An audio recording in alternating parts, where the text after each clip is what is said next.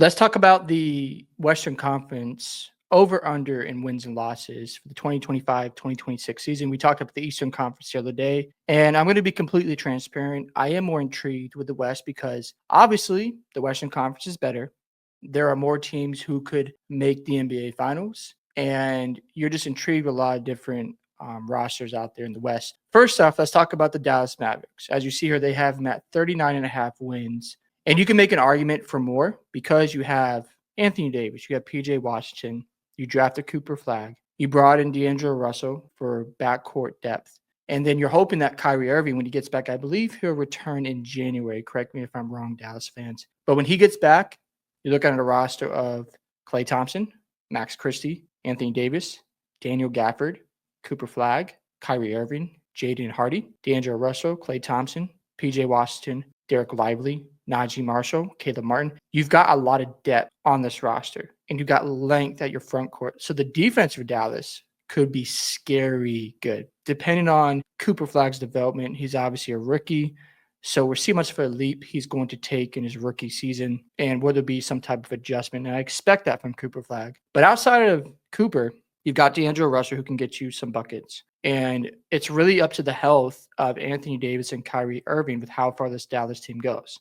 I understand having that 39 and a half wins. That's probably a conservative spot to have, Matt. But I'm going to go 47 to 48 wins because I do believe in this team. I understand the West would be very tough, but I'm still high on the Mavericks because I do believe Anthony Davis will be healthy enough and they got a lot of depth. And I expect Cooper Flag to be really good, and their defense will be very solid. And also, we got to keep in mind Dallas can still make trades because they're going to be in need of another backcourt point guard to cover for Russell, and maybe in need of some more playmaking. So you look at Klay Thompson, maybe he wants to get off Dallas. Not saying he would, but maybe he wants to go somewhere else. Maybe you move off a guy like PJ Washington or Najee Marshall. Like, you have a lot of redundancy at the small forward position.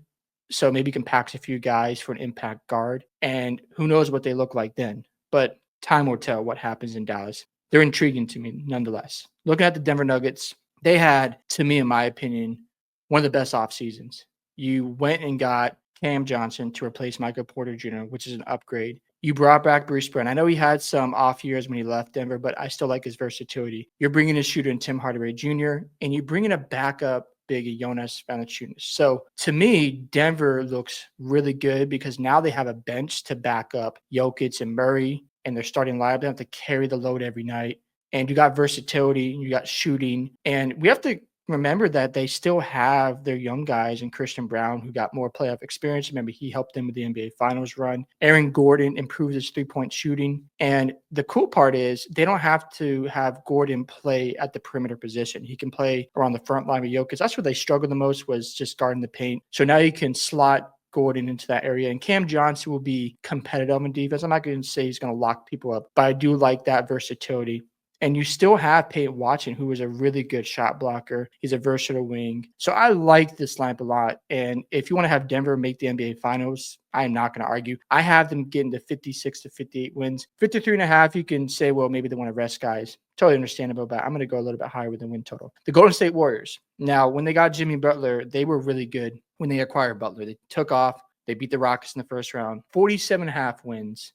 I think, in my opinion, might be a little bit low, but it's modest. I would have them at 50 wins because you still got Steph, you got Draymond. I understand there's an older roster, and you got to figure out the Jonathan Kuminga situation. I would expect them to eventually trade him because he can walk after this next offseason. So I think they're going to make another move to improve this roster.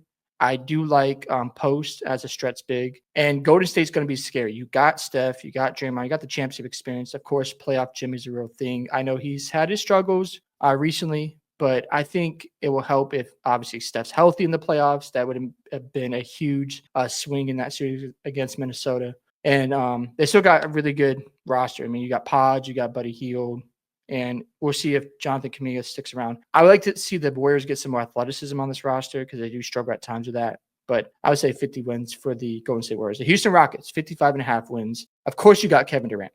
Big pickup. You get DFS and you get Clint Capella. Houston is going to be a nightmare to deal with, especially on the glass, because they're going to crash the glass with Steven Adams, Clint Capella, Sengun, and they're going to bully you at times with their defense. Offensively, they might struggle at times because they're going to lean on Kevin Durant. And obviously, he's older, so you can't always depend on him. You still have Van Fleet, which I do love.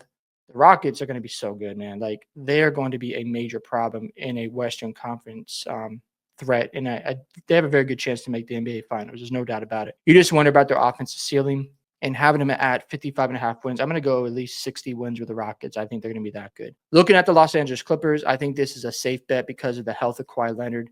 I do love the additions they brought in. John Collins, you can mix and match at the center position by going smaller. Brook Lopez, at his stage of his career, can be a really good backup center, and he doesn't have to carry as much of a load on the front court. So you play him 20 minutes. He's a stretch big. And then you still have Kawhi Leonard. Obviously, we know him in the playoffs. He wasn't as consistent, but he had his moments.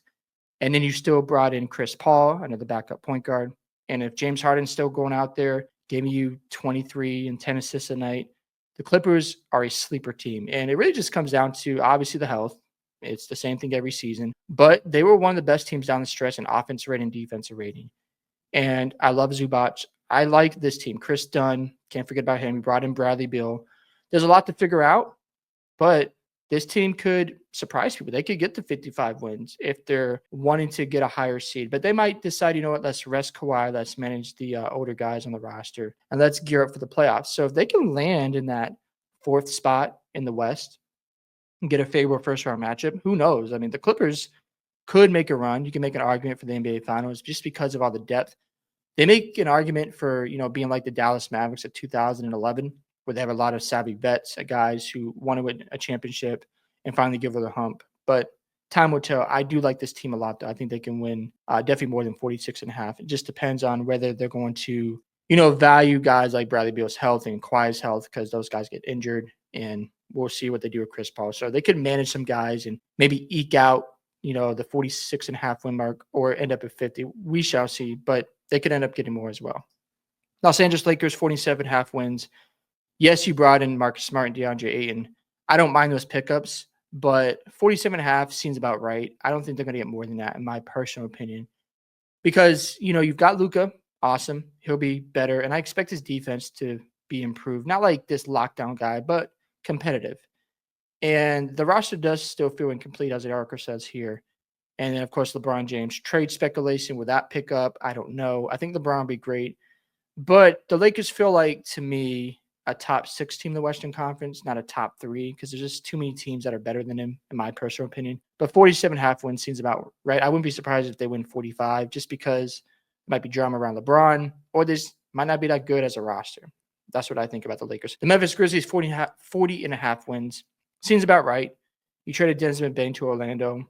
Yeah, you've got Jalen Wells, you got Zach Edey, and then you got Cedric Howard. Now, they're really good about developing players, so we'll see how that pans out. And then Ja Morant, you know, will he remain healthy? And will the Memphis Grizzlies stick with him? I don't know. Time will tell. Now, Memphis could end up getting more wins. Like maybe they get to 45, 47 wins. I wouldn't be surprised. But even like 49 wouldn't surprise me, because Memphis is just a well-run organization. So they could surprise some people. The Minnesota Timberwolves, they're my top 4 for the best teams in the West, and that could make the NBA Finals, in my personal opinion. But they're going to hope that Terrence Shannon Jr. fills in that gap. That promising center they picked up, Joanne Berenger, I don't know if I said his last name right, but he's an 18-year-old kid, and I believe he's from France, if I'm not mistaken. So he'll learn a lot, you know, playing with Gobert. Obviously, you know, when you're from the same country, you can be relatable. It's more relatable, and it helps with the chemistry, I believe. So we'll see about that. I do like the pickup, though, for the Timberwolves and getting him on the roster. But time will tell. You know, you just don't know about these young kids, and they are really high on him.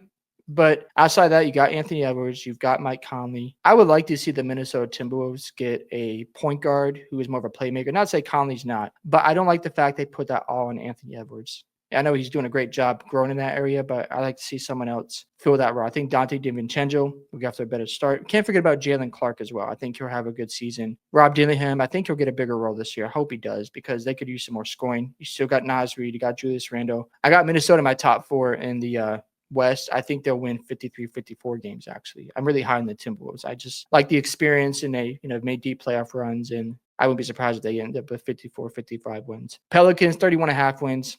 Feels about right. You know, they're trying to tank. They're not trying to go anywhere this year. So I'm going to go 30, actually, I'll go 28 wins. I think they're not going to win a lot of games, maybe even less. I don't think they'd be that good. Oklahoma City Thunder, 62.5 wins. I mean, they should be the favorites to win the championship again. I know like every year someone different has won in the last 6 years, but I'm sorry, not last 6, last 7 years, because obviously the Warriors repeated. It was the Raptors, Lakers, then it was the Bucks, the Warriors, then you had the why am I blanket? The Nuggets, the Celtics, and now the Thunder. Of course, the main talking points would be, well, no one's ever repeated in the last 7 years. And it's fair. You got parity going on. But in this case, Chet still hasn't reached his prime, so he's going to get better. You have to expect that Casey Wallace will get better. You have to expect that Jalen Williams will get better. So your main core pieces on this roster are still going to improve. And of course, SGA, the MVP and finals MVP. I think OKC will get 65 wins. This team is going to be dominant. And you could say there could be a championship hangover. I just don't see it. You know, the more I think about it, it's like, I don't see these young guys getting complacent and not holding themselves to a high standard, because the way they built this culture and Mark Daigneault, the coaching style he has and how he holds his players accountable, I don't see a drop off at all. I just have a hard time envisioning a young, hungry team still looking to prove themselves. I think OKC is just going to be dominant. And if they repeat, I will not be surprised at all. The Phoenix Suns, 30.5 wins. That just seems about right. They're looking to rebuild, and I like where they're heading. They're making some good moves, getting draft picks, trying to just build around Devin Booker. So we'll see how this all plays out. The Portland Trail Blazers, 33.5 wins. They could be my surprise pick to make the playoffs, because they really did well. If you didn't notice, during the regular season, they were having a good run. And they ended up, if I'm not mistaken, they ended up with 36 wins. I think that's a little low. I do believe in the Blazers. You know, you got Kamara's solid. Denny Abida is really good. You got Jeremy Grant. Clinnigan showed some promise, and I just like them. I think they'll be competitive. You've got Matisse Thybulle, Shaedon Sharpe, and I think the Blazers could, you know, surprise a lot of teams. I'm going to say they're going to win about 42 games. And it might be high, but I just think they're going to surprise a lot of folks, and they'll be the team that will take a leap, not be like the top of the conference, but I could see them either as an 8th seed or play-in situation this year. Sacramento Kings, 36.5 wins. That seems about right. You expect Levine and DeRozan to have some good nights and keep Sacramento competitive. I don't see anything more than that. I don't think they're making the playoffs, though. The San Antonio Spurs, 43.5 wins. Now, this is a little tricky because you can see the leap coming for Victor Wembanyama, and you can see Fox, you know, they have more chemistry together, but they're still a young team. You know, Stephon Castle is still young. Dylan Harper's a rookie. And, you know, they brought in Kornet as a backup center. And they have Kelly Olynyk. So they got some vets, you know, mix of their young guys. I could see them not meeting expectations because it might be another learning year, but I have a hard time believing that because I think they're get in the playoffs and they're make like the 7th or 8th seed. So 43.5 wins seems about right for a young team. So wouldn't be surprised if they ended up maybe a little bit more than that, maybe go 46, but we shall see. The Utah Jazz, 18.5 wins. Yeah, I don't think they'd be good at all. I think the Jazz are going to be one of the worst teams in the Western Conference. But my biggest surprise teams this year in the West, I'm going to go with the Portland Trail Blazers, San Antonio Spurs, and I do expect maybe even the Grizzlies to surprise some teams because they're competitive and I respect them as an organization. And then the team that, you know, could surprise a lot of folks in making the finals, I'm going to go the Clippers because of the depth and, you know, with Chris Paul being his last year, they might be desperate to get there. But if you had to pick your favorites, you have to go not in any order. OKC, Denver, and Houston, and Minnesota. I think those are your top 4 teams that you could see making the NBA Finals. Like if you want to lock it in, those are my 4 that I would not, you know, be surprised the most because again, they should be considered the favorites out in the West. That's just how I see it playing out. Other teams could sneak in there. Dallas could get there, but it's all about the health. And if they're really good, like if they're healthy and they're humming on defense, man, the West is going to be a bloodbath, but it's going to be a lot of fun. That's what I'm excited about, what the West has to offer. And hope you guys enjoyed this video today. I'd love to hear your thoughts about how you see the Western Conference playing out with wins and losses. Who's your favorites to come out? Who's your surprises this year? Don't forget to like and subscribe to the channel. I'll catch you guys in the next one.